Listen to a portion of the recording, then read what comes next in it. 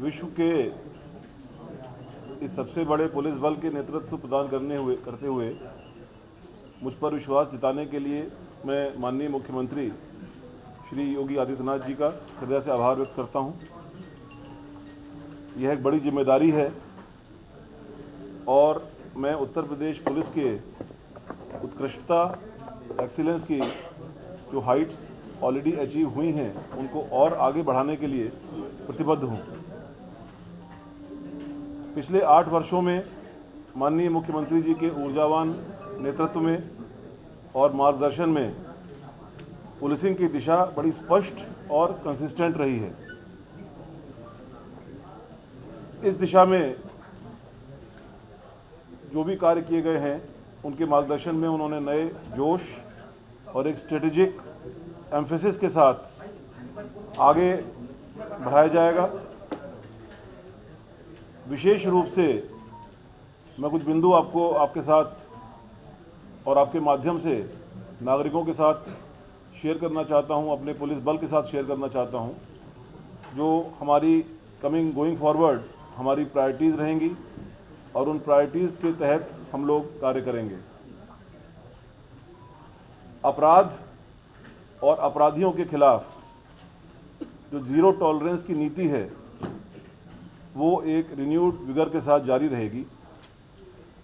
हम अपराध और अपराधियों के खिलाफ एक अडिग रुख बनाए रखेंगे और संगठित अपराध के खिलाफ एक निर्णायक कार्रवाई सुनिश्चित करेंगे। यह नीति हमारी लॉ एनफोर्समेंट की रणनीति के आधारशिला होगी, जिसका उद्देश्य सभी नागरिकों के लिए एक सुरक्षित वातावरण प्रदान करना है। इसी क्रम में महिलाओं के सेफ्टी, सिक्योरिटी, एम्पावरमेंट सभी रूपों में महिलाओं के खिलाफ जो अपराध होते हैं उनकी रोकथाम और समाधान पर विशेष जोर दिया जाएगा। हमारी जो विभिन्न पहलें हैं वे महिलाओं को सशक्त करने, हमारे इनिशिएटिव जो हैं वो महिलाओं को सशक्त करने, उनको बनाने और उनकी सुरक्षा और संरक्षा की भावना को बढ़ाने की दिशा में होंगी। जन शिकायत निवारण, जन शिकायतों का जो समाधान है वो हमारी सर्वोच्च प्राथमिकता होगी। हम हर स्तर पर सभी शिकायतों से निपटने में बहुत सहानुभूतिपूर्ण और संवेदनशील दृष्टिकोण अपनाएंगे। इसके लिए मैं जल्दी ही एक अधिकारियों के साथ वीसी भी करूंगा, जो प्रदेश सरकार की आईजीआरएस और जन सुनवाई के पोर्टल्स हैं उनको पुलिस महकमे में कैसे और बेहतर बनाया जाए, कैसे उसका बेहतर उपयोग किया जाए, कैसे हमारी जन शिकायतों के विषय में एसओपीज़ जो बनी हुई हैं उनको और प्रभावी बनाया जाए। इस दिशा में मैं बहुत जल्द कार्रवाई करूंगा और यह सुनिश्चित करा जाएगा कि नागरिकों की आवाज़ सुनी जाए और उनका समाधान किया जाए। कानून और व्यवस्था को बिगाड़ने की कोशिश करने वाले किसी भी व्यक्ति के प्रति बिल्कुल भी सहनशीलता नहीं बरती जाएगी। हम हर कीमत पर कानून के शासन को, रूल ऑफ लॉ को बनाए रखेंगे और राज्य के हर हिस्से में शांति व्यवस्था सुनिश्चित करेंगे। साथियों, साइबर अपराध विशेष तौर पर कोविड के बाद से एक वृहद रूप में सामने आया है, क्योंकि डिजिटल एज में साइबर की उपयोगिता या साइबर का उपयोग जीवन शैली का एक हिस्सा बन गया है। आप लोग भी पिछले 5-6 सालों में, जब से ये कोविड के महामारी आई थी, उसके पहले आम जीवन में डिजिटल टेक्नोलॉजी का उपयोग का प्रतिशत और उसके बाद डिजिटल टेक्नोलॉजी के उपयोग का प्रतिशत प्रत्येक व्यक्ति जानता है और उसी क्रम में साइबर अपराधों की संख्या में भी काफ़ी इजाफा हुआ है। यह नागरिकों के लिए एक महत्वपूर्ण खतरे के रूप में उभरा है। उत्तर प्रदेश पुलिस ने इसकी रोकथाम और इन्वेस्टिगेशन के लिए बुनियादी ढांचा को मजबूत किया है। आगे इस ढांचे को और इस दिशा में और ज़्यादा एफिशिएंट और इफ़ेक्टिव काम करना हमारी एक प्राथमिकता होगी और उन्नत तकनीकों का इस्तेमाल करते हुए इसको और मजबूत किया जाएगा।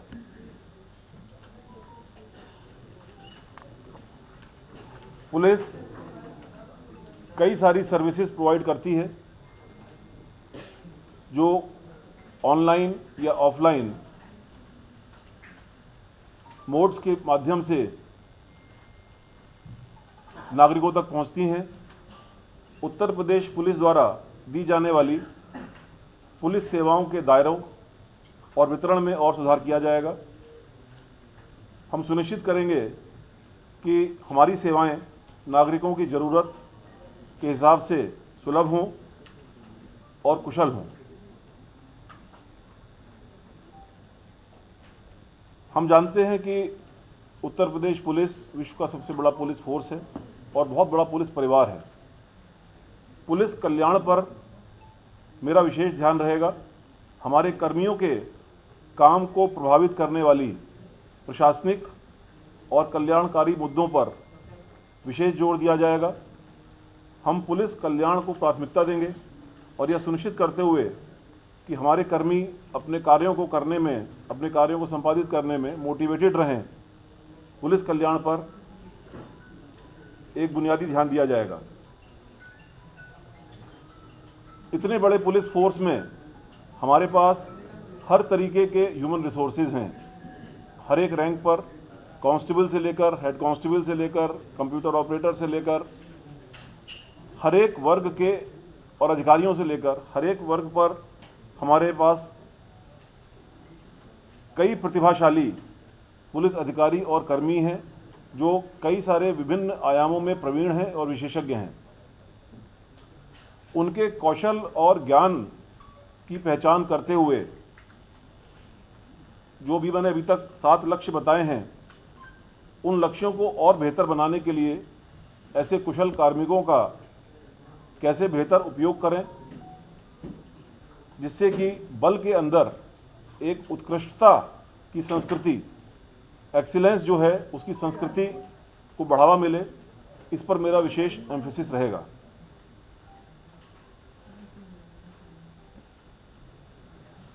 टेक्नोलॉजी और एआई किसी भी बड़े ऑर्गेनाइजेशन, इवन पर्सनल लाइफ के लिए भी बहुत अहम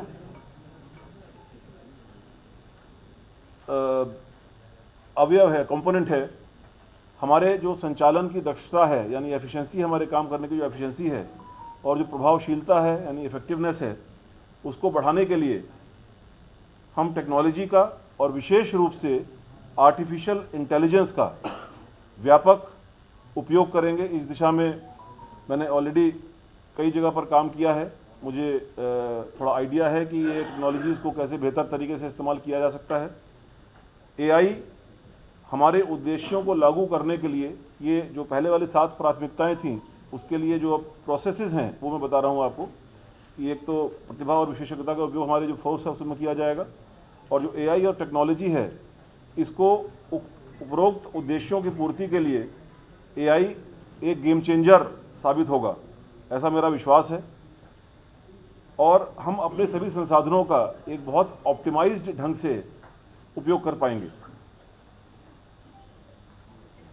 लास्ट में जो प्रशिक्षण है, ट्रेनिंग, वो एक बहुत ही महत्वपूर्ण कंपोनेंट है।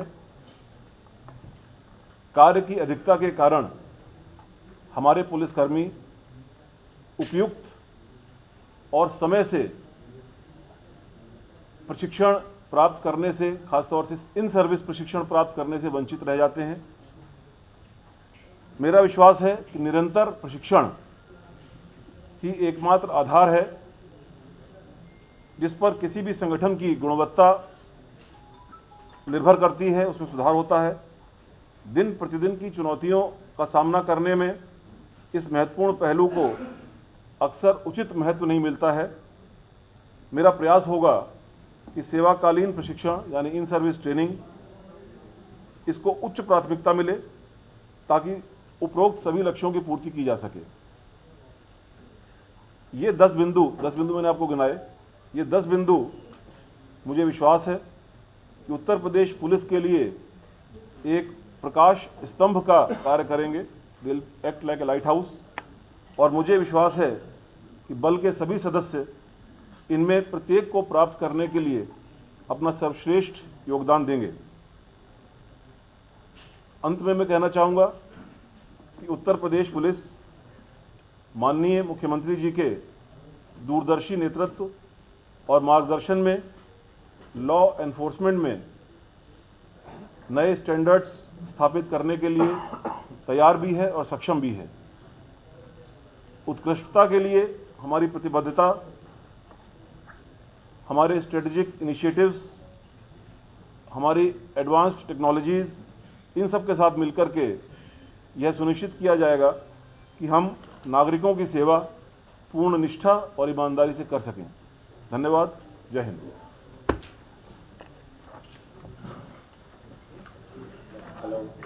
5 बजे मेरी एक मीटिंग है, मुझे जाना है। 5 बजे 5:30 बजे चीफ सेक्रेटरी मीटिंग है, तो जो भी आपको जो होता है ट्रीटमेंट उसके पहले करा ली, जो भी कराना। 5 o'clock आएगी। सर एक चीज बता दीजिए, बीते दिनों उत्तर प्रदेश से कई गिरफ्तारियां हुई। Ordnance factory Agra, ordnance factory Kanpur, Shahzad करके ISI एजेंट है, एक वाराणसी से तुफैल गिरफ्तार हुआ है।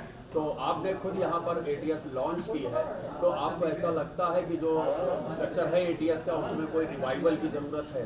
इस पर देखिए, समय के साथ साथ चैलेंजेस चेंज होते रहते हैं। आपको ध्यान होगा कि 2007 में जब ATS की स्थापना की गई थी उस टाइम चैलेंजेस डिफरेंट थे।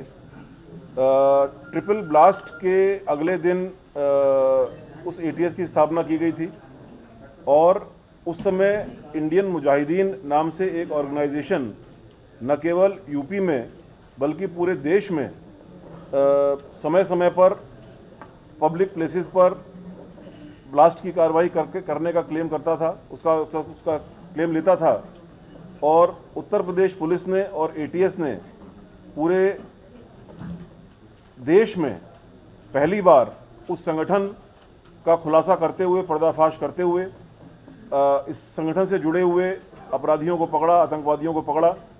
और वही उसके साथ ही वो एक ऐसा पूरा सिलसिला रहा कि देश की समस्त एनफोर्समेंट एजेंसीज, विभिन्न प्रदेशों की ATS, विभिन्न प्रदेशों की STF, विभिन्न प्रदेशों की क्राइम ब्रांच और एजेंसीज ने मिलकर के एक सुनियोजित तरीके से उस आतंकवादी गैंग के खिलाफ न केवल प्रभावी कार्रवाई की बल्कि इन्वेस्टिगेशन और प्रोसिक्यूशन भी किया।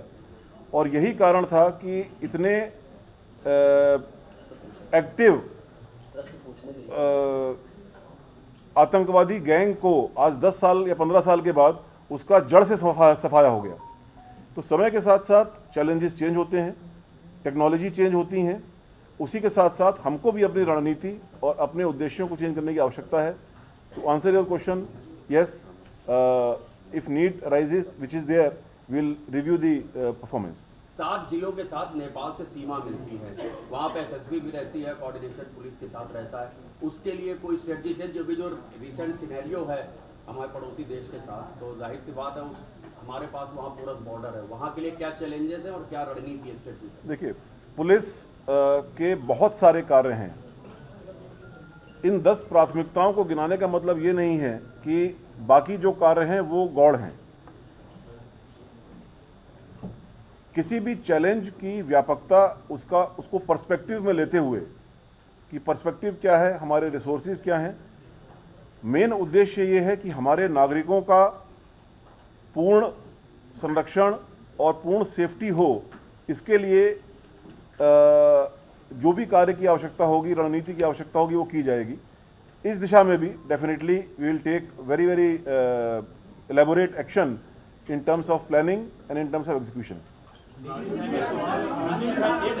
क्वेश्चन मेरा है कि अपराध और अपराधियों पर अंकुश लगाने में मीडिया एक सहयोगी जी, लेकिन पूरे प्रदेश में पुलिस अधिकारी और ये फोन नहीं उठाते। अभी एक हफ्ता पहले मैं पुलिस आयुक्त गेटर नोएडा, मैं 3 दिन पहले समय लेके गया और मैं वहाँ 3 दिन था, ना उन्होंने समय दिया ना मिला। कहा अभी रुकिए फिर मत देखो। मैंने एक हफ्ता मैं रुका रहा और मैं लखनऊ जाने के बाद समय लेने के बाद, लेकिन लक्ष्मी सिंह के यहाँ ऑफिस के मुझे बुलाया ही नहीं गया। देखिए मीडिया का पुलिस के साथ बहुत ही महत्वपूर्ण रोल है। लेकिन फोन नहीं उठता है। मैं आ रहा हूँ, मैं आपका जवाब दे रहा हूँ। तो मीडिया के साथ अच्छे प्रोफेशनल रिलेशंस रखना न केवल पुलिस की नेसेसिटी है बल्कि उनके कार्य करने में एक महत्वपूर्ण पार्ट भी है।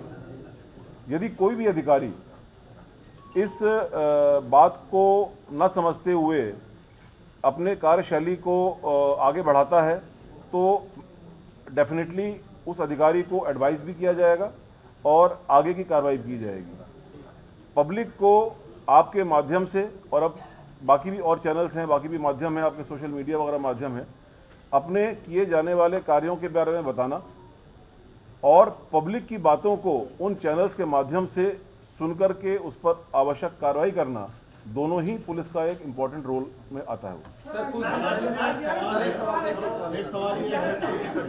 उधर से कोई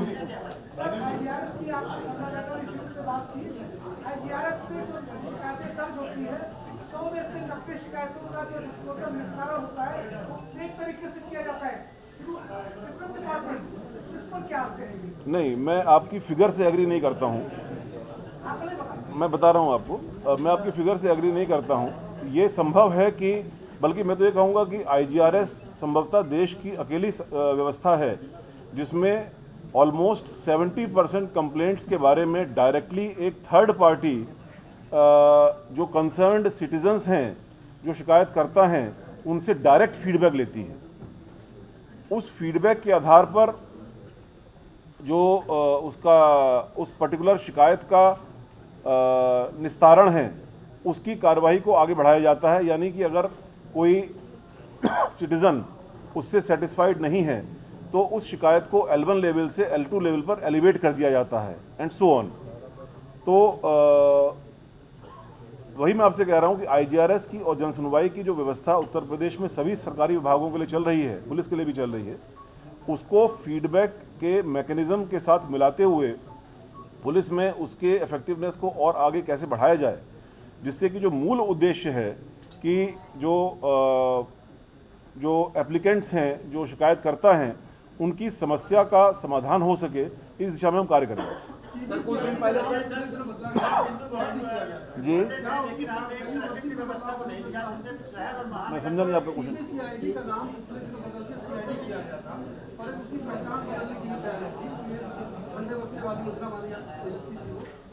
ये चेक करना पड़ेगा, इस बारे में मैं नहीं बता रहा हूँ। कुछ दिन पहले एक इनपुट मिला था जांच एजेंसियों को कि नेपाल के रास्ते उत्तर प्रदेश के इसके बाद सर नेपाल सीमा के 7 जिले हैं, इनके थ्रू आतंकवादी अंदर आ सकते हैं। ऐसे क्योंकि सर नेपाल और भारत का जो सीमा है वो ओपन बॉर्डर है, ऐसे में क्या है सर, वो जो इनपुट मिला था उसमें किस तरह से पेट्रोलिंग हो रही है, किस तरह से यूपी पुलिस उसमें SSB का सहयोग कर सकती है, कुछ बताएंगे?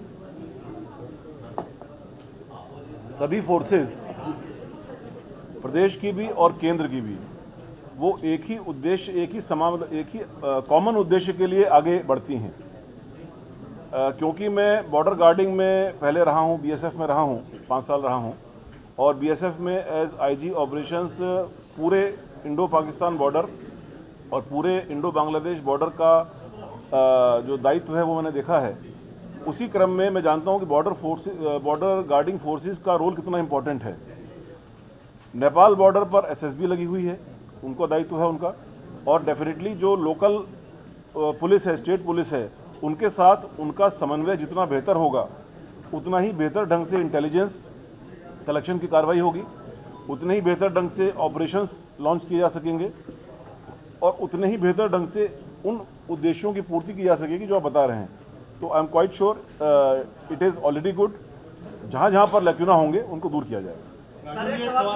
एक पीछे अगस्त बिंदु बहुत महत्वपूर्ण है, लेकिन आपने ट्रैफिक को नहीं लिया है। पूरे शहर, पूरे उत्तर प्रदेश में हर चौराहे पर ई रिक्शा वालों ने कब्जा कर रखा हुआ है। हम लोग को यहाँ आने में देर हो गई, ना 100 नंबर से ना एम्बुलेंस, ना 101 नंबर पर, ना एम्बुलेंस। किसी भी निकलना मुश्किल है, किसी उनका भी आतंक छाया हुआ है। किसी भी चौराहे बन गए हैं, पुलिस वाले कुछ नहीं किसी भी लिस्ट में अगर 5 पॉइंट आते हैं, इसका मतलब ये नहीं है कि छठा पॉइंट प्राथमिकता नहीं है। To answer your question, traffic always and always has been a priority for police, because police ही एक ऐसी संस्था है जो ट्रैफिक के संचालन को सुव्यवस्थित करती है। तो ये तो कोई बात ही नहीं है कि कहीं पर कोई मतलब बात ही नहीं है कि ट्रैफिक एक प्रायोरिटी नहीं है। ट्रैफिक डेफिनेटली एक प्रायोरिटी है, उसको एक समग्रता में लिया जा रहा है। उस समग्रता में रोड इंजीनियरिंग, उस समग्रता में टेक्नोलॉजी का समावेश। आज से अगर आप 8 साल पहले लखनऊ में चलते होते, मैं यहाँ पर 2007 में एसएसपी था, तो उस समय मेरे ख्याल से जो ट्रैफिक लाइटों की संख्या थी, आज उसमें कम से कम 20 गुना बढ़ गई है। जो उस समय ऑटोमेटिक चालान तो उस टाइम सुना ही नहीं था कि क्या होता है। एनफोर्समेंट का प्रतिशत, एनफोर्समेंट की इफेक्टिवनेस ट्रैफिक के विषय में बहुत चेंज हुई है। बट साथ ही साथ जो उस समय वाहनों की संख्या थी, उसके मुकाबले अब वो 10 गुना बढ़ गई। तो चैलेंजेस भी बढ़े हैं, टेक्नोलॉजी भी इम्प्रूव हुई है, उस टेक्नोलॉजी को इम्प्लीमेंट भी किया गया है और यही प्रक्रिया जारी रहेगी। सर, अब आपके पास विजिलेंस के साथ साथ अब ये भी जिम्मेदारी आपके पास आ गई है। विजिलेंस में बीते दिनों खूब क्रैक हुए, तो जो घूसखोर भ्रष्टाचारी, उनमें राहत की सांस हो जाएगी, उधर कुछ मामला आपका हल्का हो जाएगा। आई होप कि ना हो और आई एम कॉन्फिडेंट कि वहाँ पर एक जो सिस्टम सेटअप हो गया है, जो हमारे अधिकारी वहाँ पर हैं। देखिए, I always believe in system building. उसमें इंडिविजुअल का रोल इम्पॉर्टेंट होता है, लीडर का रोल इम्पॉर्टेंट होता है, मैं नहीं कहूँगा नहीं होता है, लेकिन अगर लीडर के जाते ही वो सिस्टम बिगड़ जाए तो मैं उसको मानता हूँ कि वो सिस्टम आपने मजबूत नहीं किया। तो विजिलेंस का system to that extent is quite robust now. जो वहाँ के अधिकारी हैं वो लगातार वे सब कार्य उसी उत्साह और उसी डायरेक्शन में करते रहेंगे जिस डायरेक्शन में पिछले 1-1.5 साल में उन्होंने किया है। एंड जहाँ तक संख्या की बात है, आई एम कॉन्फिडेंट कि ज़्यादा केसेस ट्रैप के होंगे और उनको राहत कोई नहीं मिलेगी।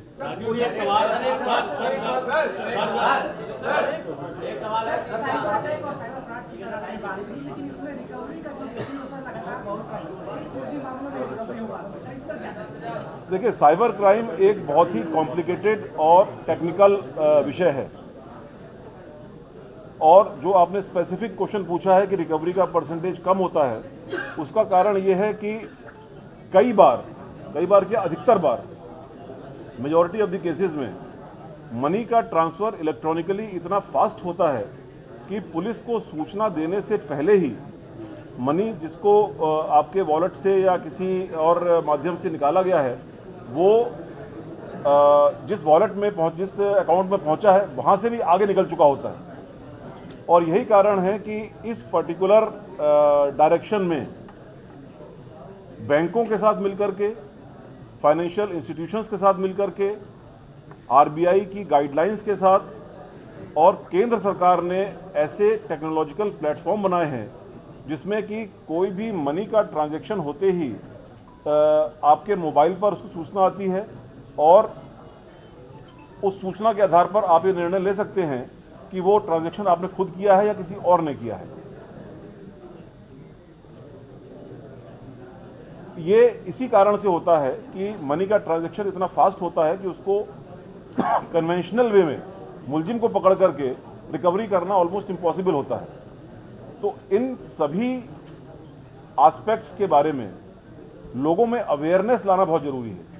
मैंने अच्छे खासे पढ़े लिखे लोगों को देखा है जो अभी भी इतने सारे अवेयरनेस कैंपेन्स के बाद, मीडिया में बार बार अवेयरनेस कैंपेन चलाई जाती है, आप लोग चलाते हैं, सरकारें चलाती हैं, एनजीओ चलाते हैं, इसके बावजूद भी अभी भी अननोन नंबर से मैलिशियस लिंक को क्लिक कर देते हैं और अपने फ़ोन को या अपने इक्विपमेंट को एक तरह से बंधक बना देते हैं। तो अवेयरनेस एक बहुत इम्पॉर्टेंट पार्ट है कि किस तरीके के नए नए मोडस ऑपरेंडी आ रहे हैं सामने, उन मोडस ऑपरेंडीज़ के बारे में जो ग्राहक हैं, कस्टमर्स हैं, सिटीजन्स हैं, बच्चे हैं, उनको जानकारी हो और सबसे पहले वो अपने आप को सुरक्षित रखें और जो हमारी व्यवस्था है वो इस प्रकार की हो कि जो आपने बात उठाई है उसमें हम कम से कम समय में वो मनी रिकवर कर सकें। तो एक ये कॉम्प्रिहेंसिव प्रोग्राम है, एक सिंगल इंसिडेंट बेस्ड नहीं है। जैसे मामलों में आपने बेहतर तरीके से काम किया था, अब एक बड़ी जिम्मेदारी प्रदेश स्तर पर भी होगी, क्या कुछ नई चीजें उसमें इन्वॉल्व करने की तैयारी है या कुछ ऐसे सख्त नियम जिससे इस तरह की चीजों को रोका जा सके, प्रभावी कदम? मैं तब से वही बता रहा था आपको कि टेक्नोलॉजी का और एआई का उपयोग अपनी कार्य संस्कृति का एक पार्ट होगा। अब उसमें स्पेसिफिकली ये सॉफ्टवेयर इस्तेमाल होगा या ये रणनीति होगी, वो ना ये प्लेटफॉर्म है बताने का और ना भी बहुत अर्ली है, तो विल डू दैट। आने के बाद तमाम पॉलिटिकल रिएक्शन है, जिसमें मायावती ने कहा है कि उत्तर प्रदेश में कानून का राज स्थापित करने के लिए आपके लिए एक बड़ा चैलेंज है। क्या आप मानते हैं कि उत्तर प्रदेश में challenge? No response to any political comment.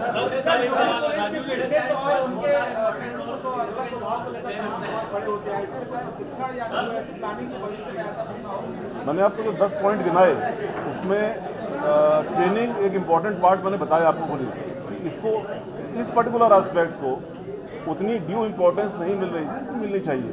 तो ट्रेनिंग जिसका एक फिजिकल एस्पेक्ट भी, मतलब आप में से कुछ लोग पिछले 1.5-2 साल से देख रहे होंगे कि मैं खुद सवेरे 5:30 पौने 6 बजे उठ करके लोहिया पार्क में वॉक करने जाता हूँ और उसके बाद जिम वगैरह जाते हैं। तो it will be integral part.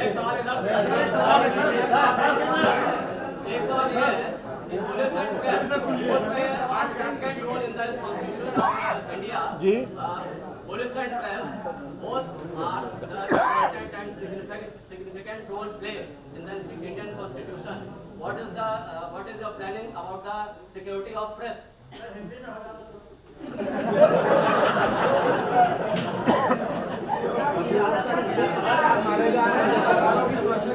मैं तो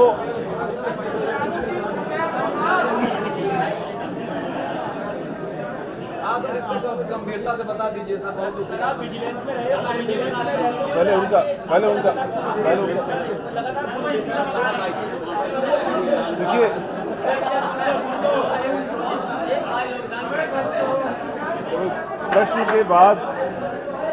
प्रश्न के बाद उत्तर तो सुन लीजिए।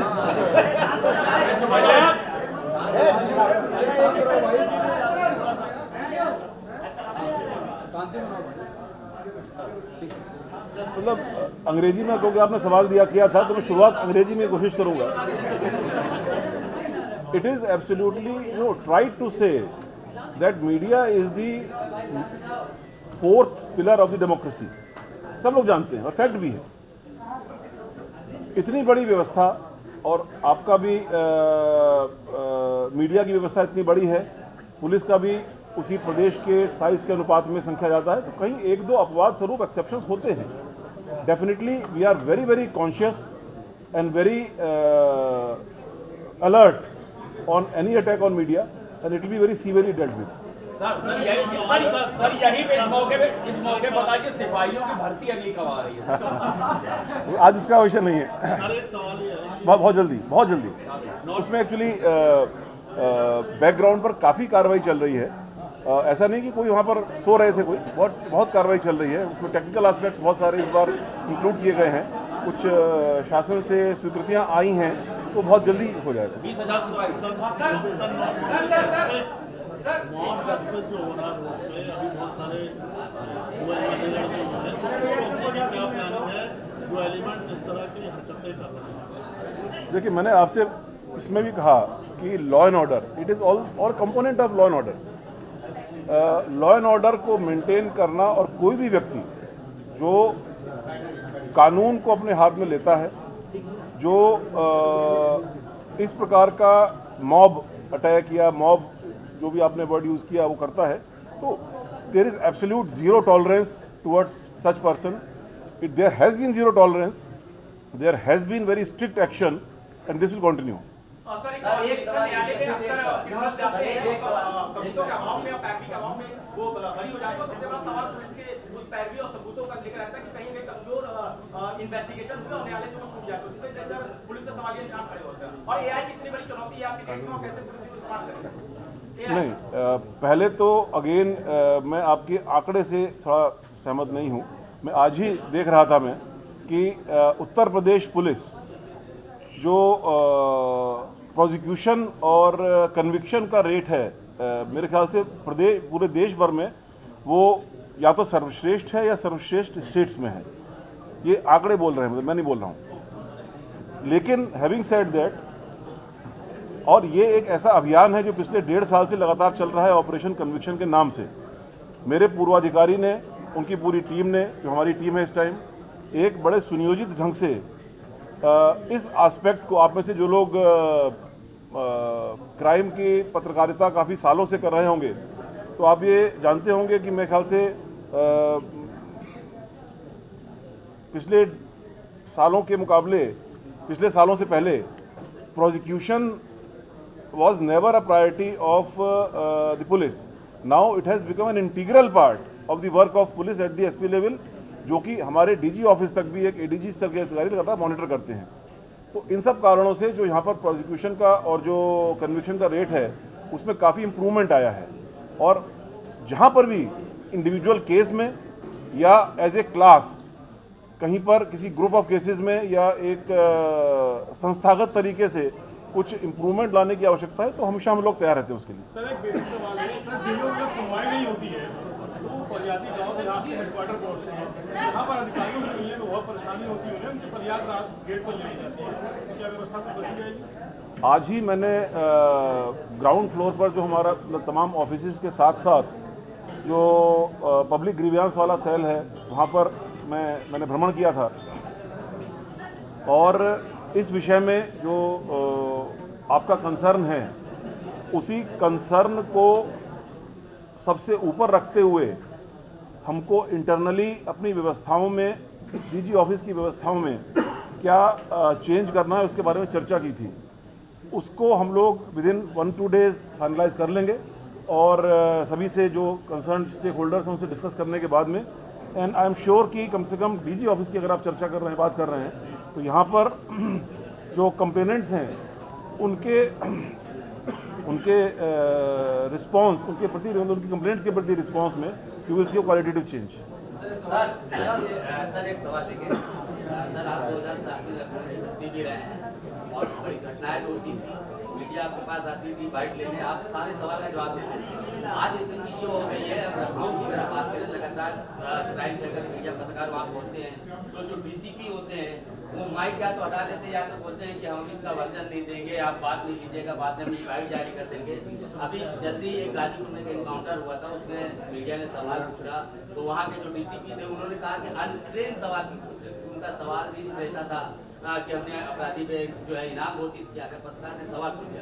कई ऐसी घटनाएं हैं रात में, क्योंकि देखिए हम लोगों का भी सर ये होता है कि अगर हम आईडी लेके जा रहे हैं, माइक लेके जा रहे हैं, कि चैनल संस्था पैसा देती है तो वहाँ पर हम भी चाहते हैं कि अपनी आईडी लगा के हम आपसे सवाल पूछ सकें, वो आप हमारी आईडी हटा देते हैं। सर इस तरह की स्थिति जिले से लेकर लखनऊ में बनी हुई है, सर क्या इसके लिए कुछ करेगी? मैंने पहले ही कहा कि देखिए आपका कार्य एक बहुत ही इम्पोर्टेंट कार्य है और पुलिस के कार्यों के साथ काफ़ी जुड़ा हुआ है। आपके प्रोफेशनल रिक्वायरमेंट्स जो हैं कि आपको नागरिकों तक जानकारियाँ, ऑथेंटिक जानकारियाँ, अथॉरिटेटिव जानकारियाँ भेजनी होती हैं, तो मैं समझता हूँ कि that is an integral part of police work also. तो अगर कहीं पर कोई ऐसी चीज़ है तो वील एडवाइस कर सकते हैं। लास्ट टू क्वेश्चंस, एक आपका और एक आपका, लास्ट 2 क्वेश्चंस। एक सेकंड, बुजुर्ग आपसे सीनियर है, देखिए आपसे सीनियर। कई सालों से देखा जा रहा है, पिछले 4-5 सालों से मुठभेड़ काफी बढ़ती चली आ रही संख्याओं में। क्या जो अपराधी है वो जरूरत से ज्यादा खुदिहार हो चुके हैं या पुलिस सच्चे मानों में पूछा जाए अब सहनशील नहीं रही है? और कई कुछ ऐसे कर्मी, दूसरा सवाल इसी में है कि ऐसे कर्मी जो कभी-कभी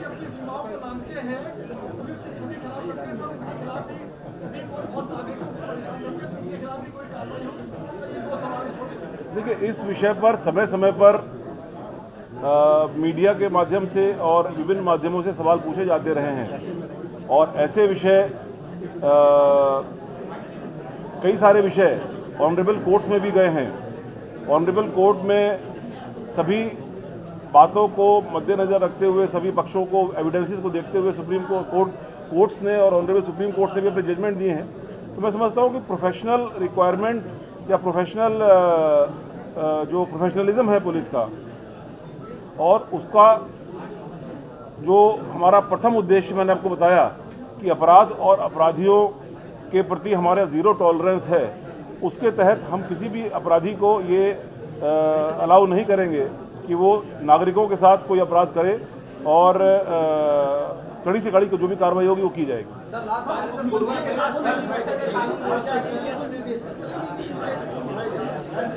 अब ये जनरल निर्देश है, सबको निर्देश है। अब जैसे मैं आपको, बस ये लास्ट क्वेश्चन है, अब जैसे मैं आपको अपना एग्जांपल दे सकता हूँ। परसों को 8 बजे के आसपास मेरा आदेश हुआ और 8 बजे से लेकर के 10 बजे तक कम से कम 1,500 कॉल और 5-6 हज़ार मैसेज। अब वो ह्यूमनली पॉसिबल नहीं हो पाता, तो हर एक की अपने लिमिटेशन डेफिनेटली। चलिए, थैंक यू।